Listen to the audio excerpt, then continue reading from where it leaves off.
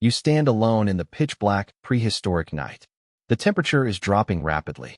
A low growl echoes from the tall grass, just yards away from where you huddle. For over 1 million years, fire was your ultimate survival tool. But what if we had never discovered it? What if the sparks from those rubbed stones had never caught? Without fire, your life is completely different. Your body is different. Your brain is shrunken, and your daily schedule is dominated by chewing.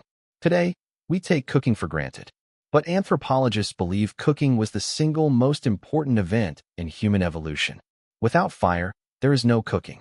Everything you eat must be consumed raw. Raw meat, raw roots, raw leaves. How would your body handle this diet? Harvard anthropologist Richard Wrangham proposed the cooking hypothesis. He argued that controlling fire allowed us to pre-digest our food. Cooked food is soft and packed with easily accessible calories. When you cook meat or starch, you break down the tough fibers. This means your stomach doesn't have to work as hard. Because of cooked food, the human digestive tract shrank over evolutionary time. The energy saved from digesting food was redirected to the brain. This energy fuel injected our brain growth. Without fire, we would still have massive, ape-like guts. We would spend up to 6 hours every single day just chewing raw, tough vegetation. Our brains would have remained small, never expanding past the size of a chimpanzee. Could you spend your entire day just chewing? To digest raw food, you need massive jaw muscles. These muscles attach to the top of your skull, forming a sagittal crest. This thick bone structure constricts the growth of the brain case. When we started cooking, our jaws shrank. The sagittal crest disappeared. This freed up space for the skull to expand. It allowed the prefrontal cortex to grow. The prefrontal cortex is where logic, planning, and language reside. Without fire, that expansion never happens. You are left with the face of an ape and the mind of a wild beast. Without fire, you are also at the mercy of the cold. Our ancestors, Homo erectus, began migrating out of Africa about 1.8 million years ago. They moved into the colder regions of Europe and Asia. They survived freezing winters because they carried fire with them. If we had never controlled fire, this migration would have been impossible. Humans would have been permanently trapped in the tropical zones of the equator. We could never have survived the Ice Age. The cold northern hemispheres would belong entirely to thick-furred beasts.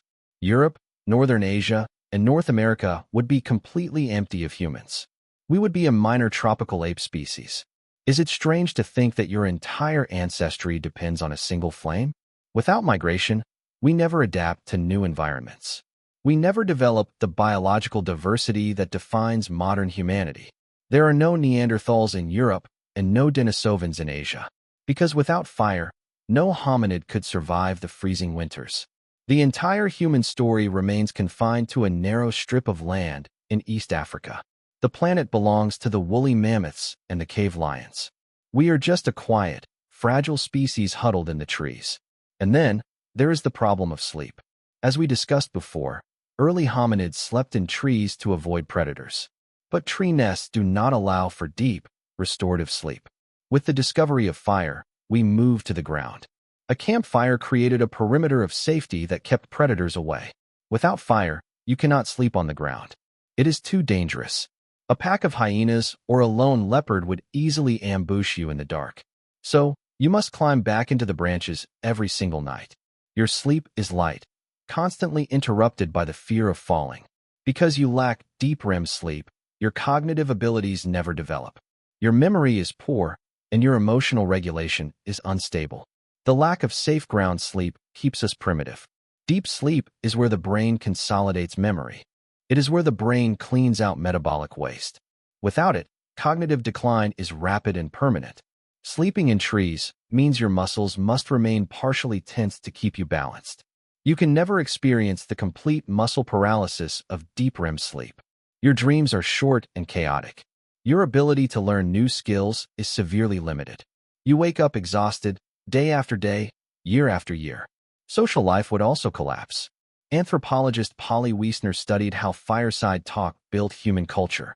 During the day, humans focus on hunting, gathering, and survival. But the night fire extended the day. It created a space where people had nothing to do but talk. This is where storytelling was born. This is where we shared legends, created myths, and built social trust. Without fire, your day ends the moment the sun drops below the horizon. You crawl into your tree nest in silence. There are no fireside stories. There are no songs. There is no language building. Human culture is reduced to basic survival grunts. Our social bonds remain weak and superficial. Fireside conversations are different from daytime talk. Wiessner found that 81% of night conversations were stories, compared to only 6% during the day. At night, we talk about the absent, the supernatural, and the past. We create a shared mental map of our world.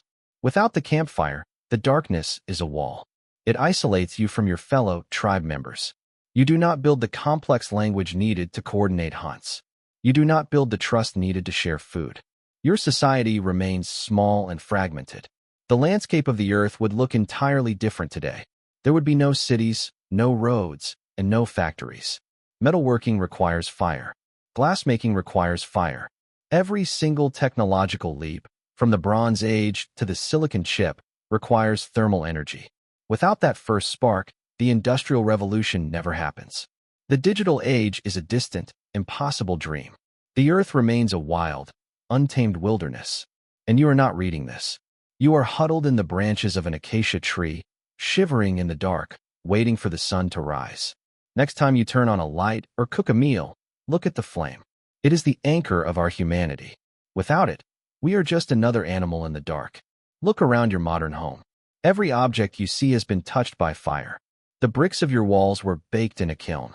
The glass of your windows was melted in a furnace. The metal of your car was forged in a factory. Fire is the prime mover of human civilization. Without it, we have no tools, no shelter, and no science.